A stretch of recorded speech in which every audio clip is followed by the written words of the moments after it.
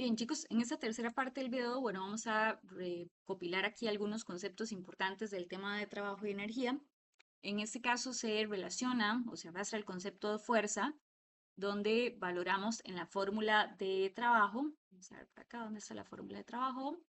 Em, Bien, que el trabajo está relacionado con la fuerza que se aplica, por acá está, la fuerza que se aplica a un objeto tomando en cuenta el ángulo en el que se hace por la distancia o el desplazamiento que se está logrando. Entonces, recordando como un aspecto importante que valoramos en décimo, es que si no hay distancia, si yo puedo aplicar una fuerza con todo el fitness de mi cuerpo, pero ese objeto no se logra mover ni siquiera un milímetro, pues no hay trabajo realizado, ¿ok? Vamos a considerar que el trabajo está directamente relacionado con la distancia en la que se mueve el objeto. Si yo aplico una fuerza, pero no hay distancia, la distancia es cero, entonces el trabajo va a ser igual a cero.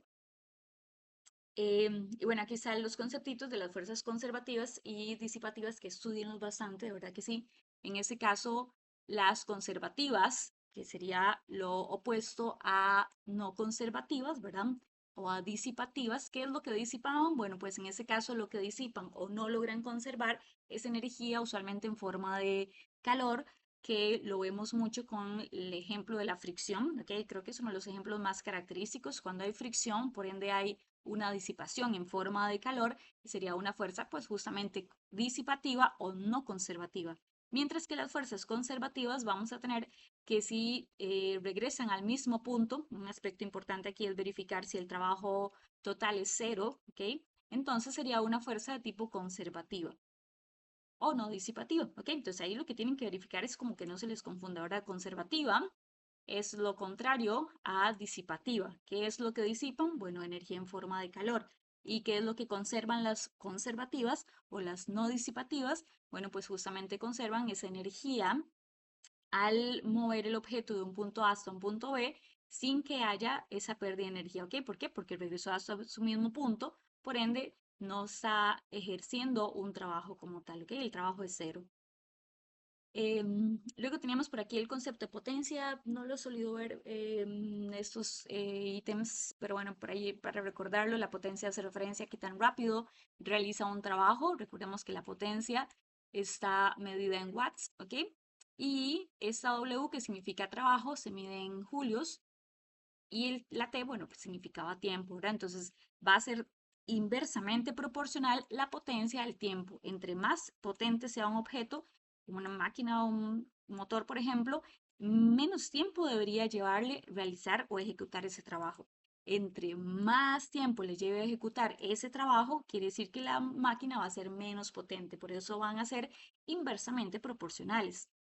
Em, y por ahí, bueno, los conceptos de energía, recordar por ahí que era la energía cinética, la energía potencial, donde tenemos que la energía potencial gravitatoria hace referencia a la energía en reposo y la energía cinética toma en cuenta la velocidad del objeto, por ende sería más bien la velocidad que llevan los objetos cuando están en movimiento.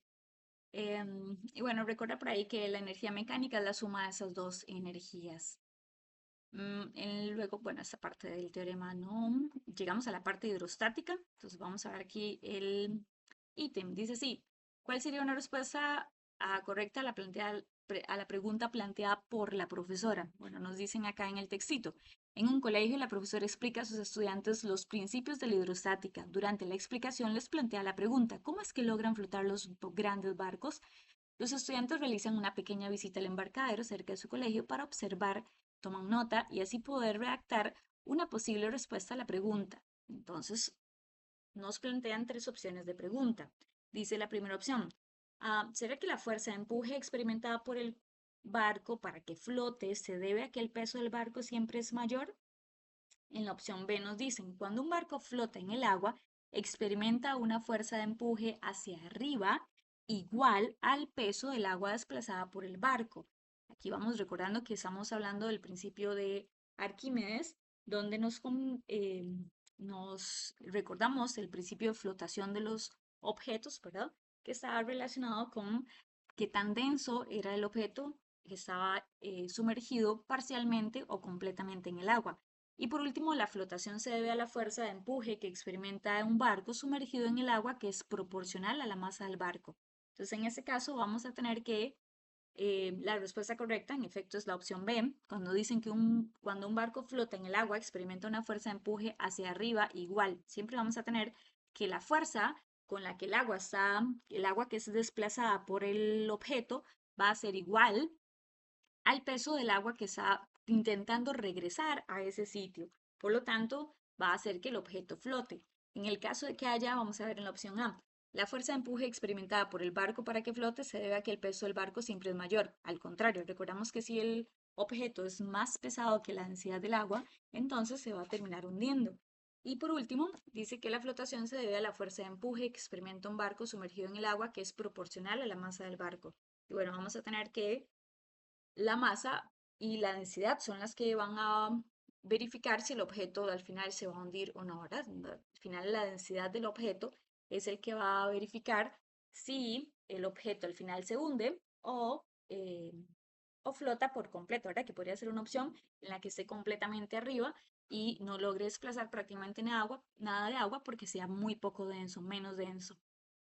Y por último llegamos a la parte, bueno, acá entonces en la parte hidrostática es una unidad muy amplia.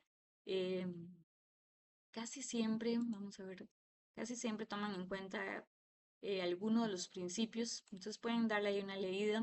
Por dicha, pues es el tema que estábamos estudiando este año, todo el primer semestre, entonces esperemos tener ahí un poquito fresquita los conocimientos. Este en realidad es un resumen bastante chiquitito. Podrían considerar repasar bien para que lleven ahí fresquito el principio de Arquímedes, que es lo de la flotación, y la ley de Boyle, que hace referencia a la presión de los objetos sobre los gases, em, para, bueno, pues ahí verificar y ojalá lograr ganarse el puntito que venga respecto a hidrostática. Y por último, bueno, terminamos con la unidad de electrostática, que dice así la pregunta. Las partículas cargadas eléctricamente nos están haciendo a la guía leer que son partículas cargadas eléctricamente. Bueno, ya sabemos que dejamos hidrostática para seguir electrostática. Dice así el textito. Las impresoras láser utilizan la carga electrostática para transferir tóner, que son partículas de tinta en polvo, al papel. El tambor fotosensible dentro de la impresora adquiere una carga electrostática positiva que atrae las partículas de tóner cargadas negativamente. Luego el tóner se transfiere al papel que está cargado electrostáticamente de manera opuesta, creando la imagen impresa. En este caso, bueno, entonces vamos a recordar, vamos aquí al resumencito, el principio de la ley de Coulomb, ¿verdad? Donde tenemos que la fuerza con la que se atraen o se repelen los objetos va a ser directamente proporcional a las cargas e inversa a la distancia. Y el principio súper importante, re básico, que bueno, creo que ese sí había quedado muy claro, ¿verdad?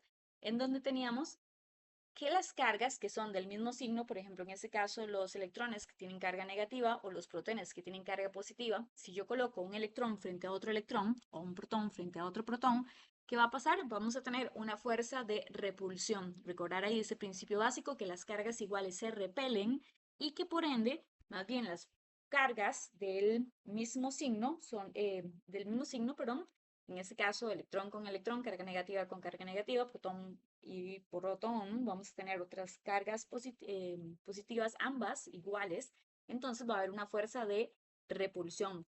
Mientras que si tenemos un protón versus frente a un electrón, la fuerza que va a haber entre ellos va a ser una fuerza electrostática de atracción, porque las fuerzas tienen un signo contrario, ¿ok? Entonces recordar ahí,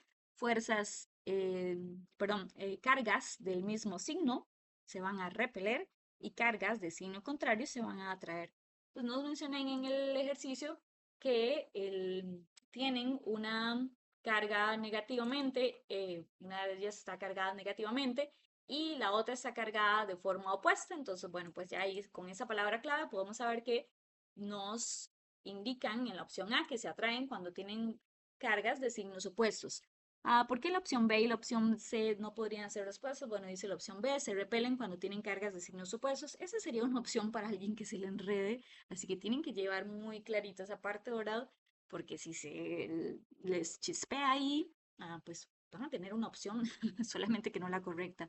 Y la última, bueno, claramente es la respuesta, así como, ñe, que fijo no es la opción correcta. Y bueno, aquí terminamos con la parte de física. Vamos a ver si les hago un resumencito por ahí de la parte de biología. Y que les vaya muy bien, carmencitos.